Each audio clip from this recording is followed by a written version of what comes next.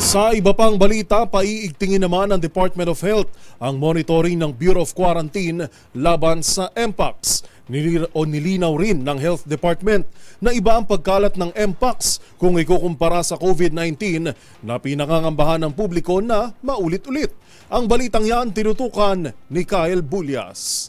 Naka-alerto ngayon ang Department of Health sa mga nagtutungo sa Pilipinas mula sa mga bansang apektado ng sakit na Mpox o Monkeypox.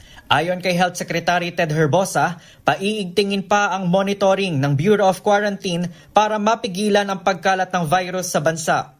Ng ating Bureau of Quarantine under the Department of Health sa mga bansang natukoy. Kasi yan ang ibig sabihin ng public health emergency.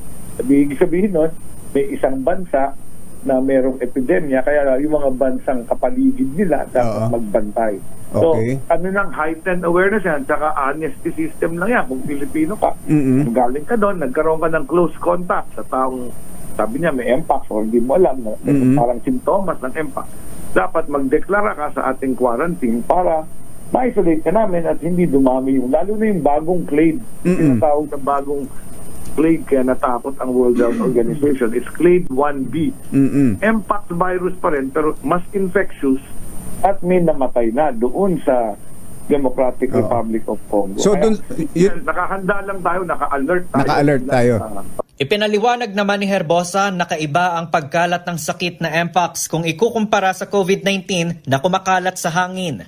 Ang Mpox ay kumakalat sa pamamagitan ng close at intimate contact sa taong infected ng virus. Samantala, muli namang nilinaw ni Herbosa na ang inanunsyo nilang naitalang bagong kaso sa Metro Manila ay hindi first case ng Mpox sa bansa kundi pang 10 kaso na. Ayon kay Herbosa, lahat ng siyam na naitala mula pa noong August 2022 hanggang May 2023 na mayroong travel history ay nakarecover na sa sakit. Habang ang 33 anyos na nagpositibo mula sa NCR naman, ang unang kaso ng Mpox sa bansa mula nang ideklara ng World Health Organization na Public Health Emergency of International Concern ang sakit.